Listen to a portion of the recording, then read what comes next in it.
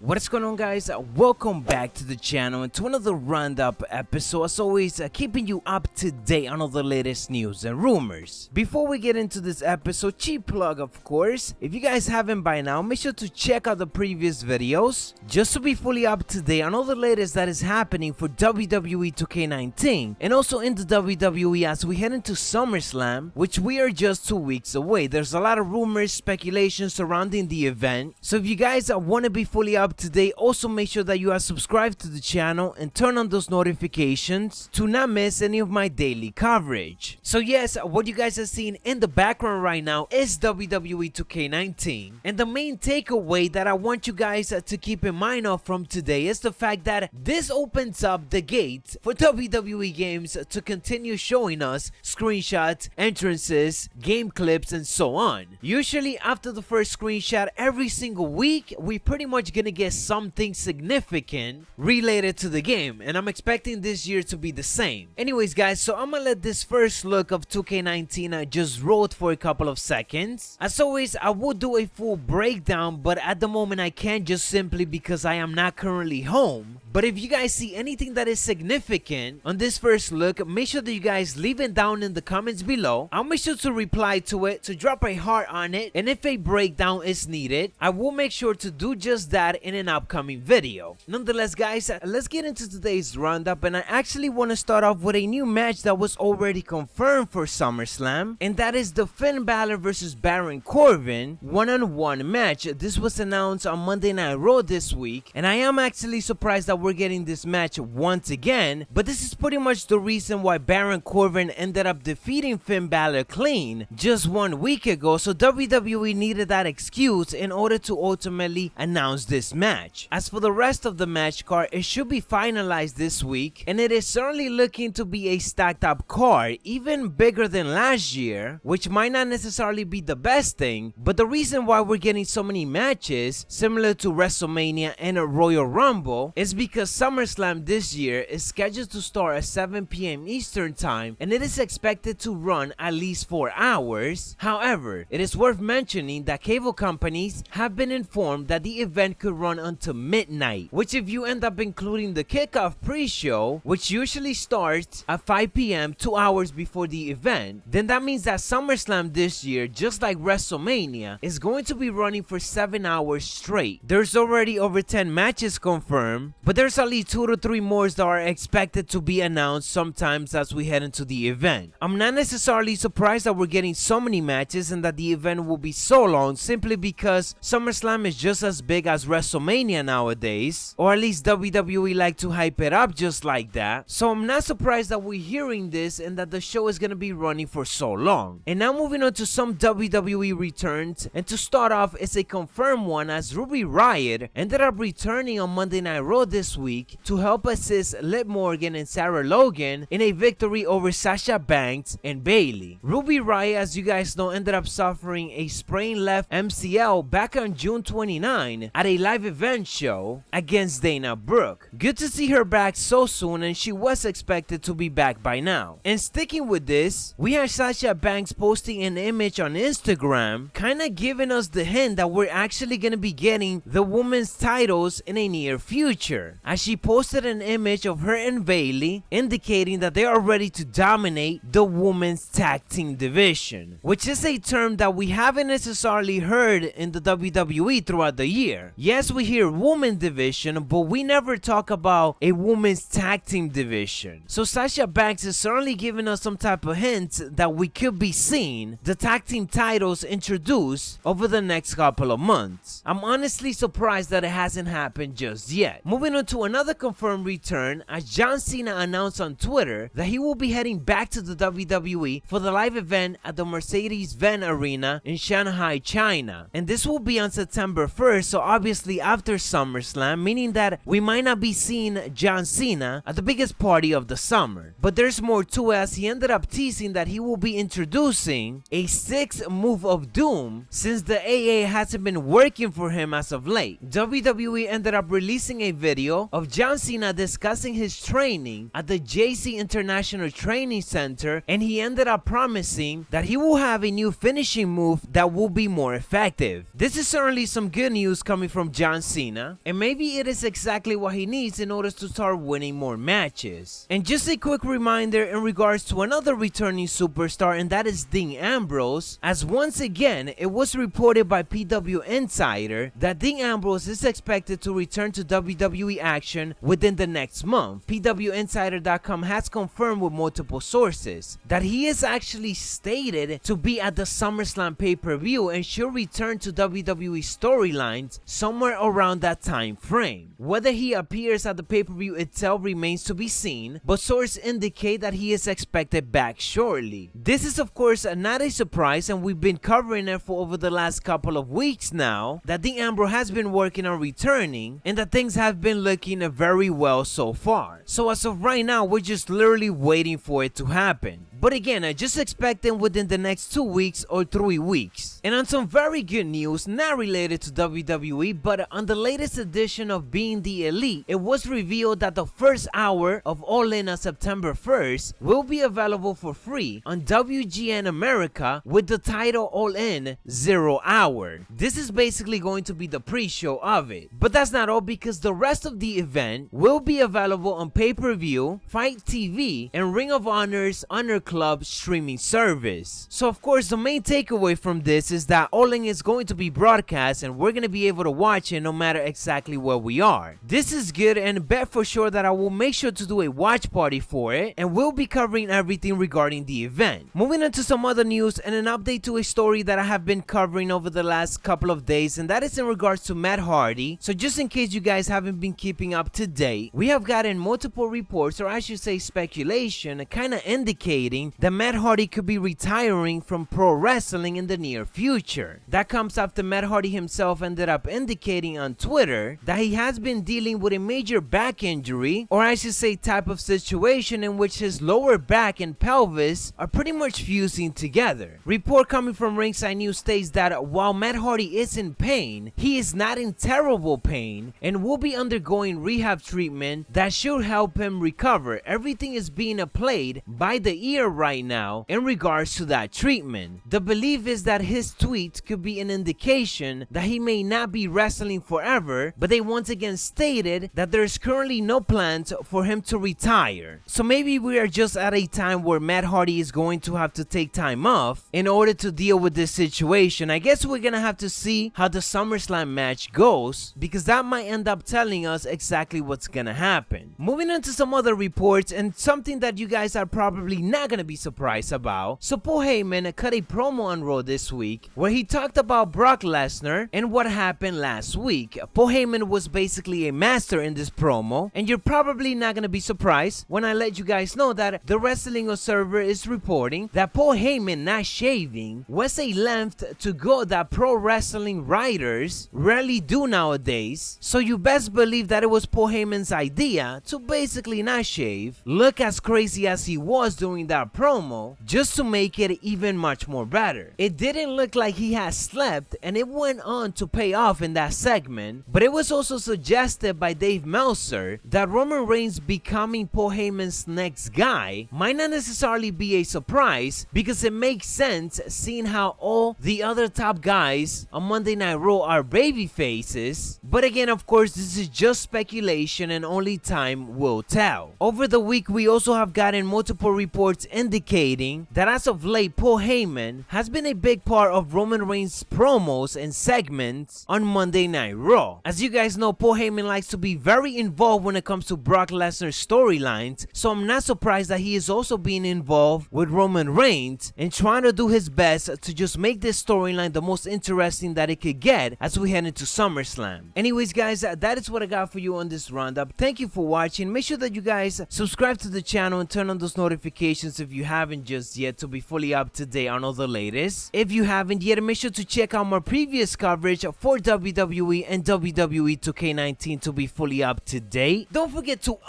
drop a like on this video. We better triple that 619. We in the road to 100,000 subscribers. Macho T, dig it.